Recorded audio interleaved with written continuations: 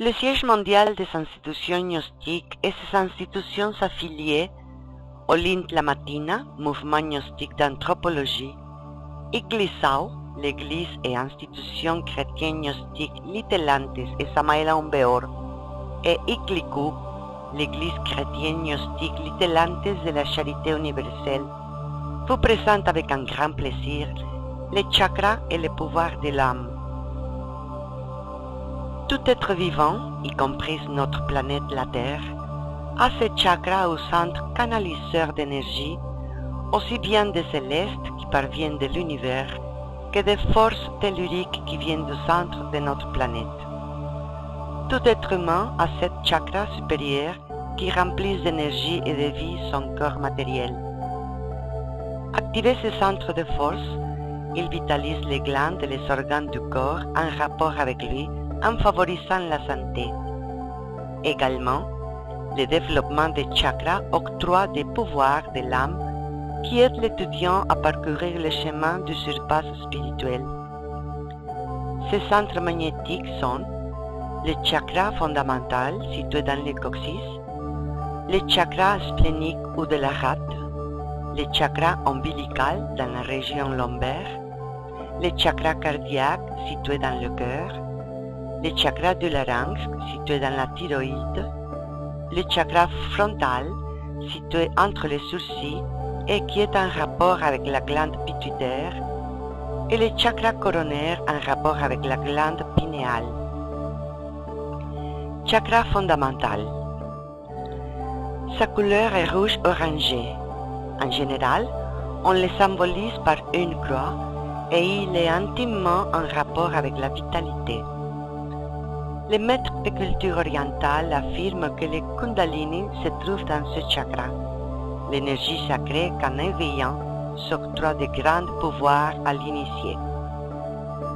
Chakra splénique. Sa couleur est rouge-orangé, vert, bleu et mauve. Il est radiant et resplendissant comme le soleil.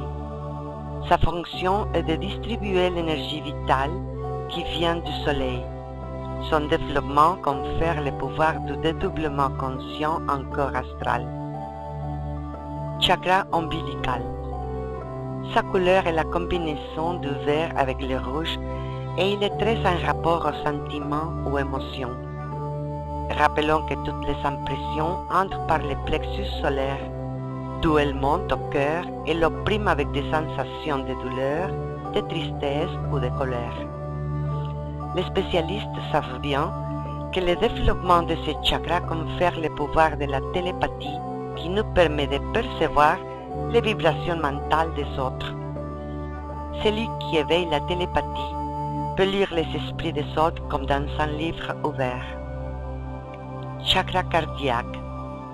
Situé dans le cœur, il est d'une belle couleur dorée. Ses cadrans sont divisés en trois parties de 12 ondulations et il a 12 rayons. Le développement de ce chakra confère le pouvoir de l'intuition, qui est l'essence qui permet de pressentir. En général, on voit dans la vie quotidienne que les mères de famille ont ce pouvoir plus développé et il est fort difficile que leurs enfants les trompent. Aussi, le développement du chakra cardiaque fortifie le cœur et en plus, il confère le pouvoir de la compréhension et du dédoublement conscient en corps astral ou en état de djinn. Chakra du larynx. Situé dans la gorge, il est lié avec la glande thyroïde.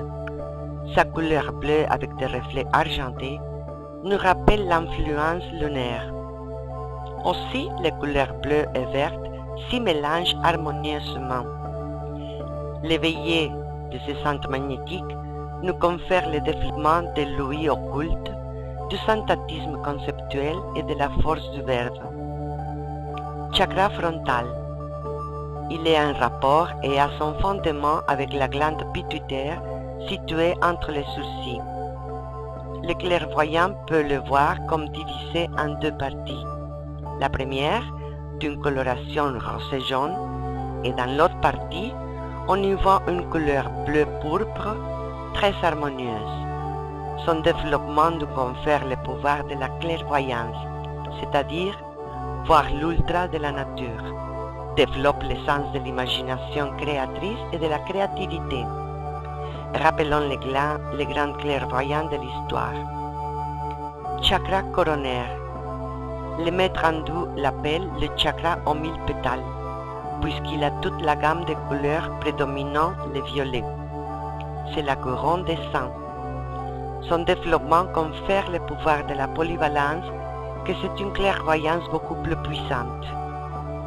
Dans les représentations du Seigneur Bouddha, on remarque la proéminence coronaire qui met en évidence le plein développement de ce chakra. Rappelons les prophéties du grand maître des maîtres, Jésus le Christ, et de ses principaux disciples que, 2000 ans plus tard, se remplissent parfaitement. Aussi rappelons les prophéties du grand Michel de Notre-Dame qui se sont remplies et continuent de se remplir.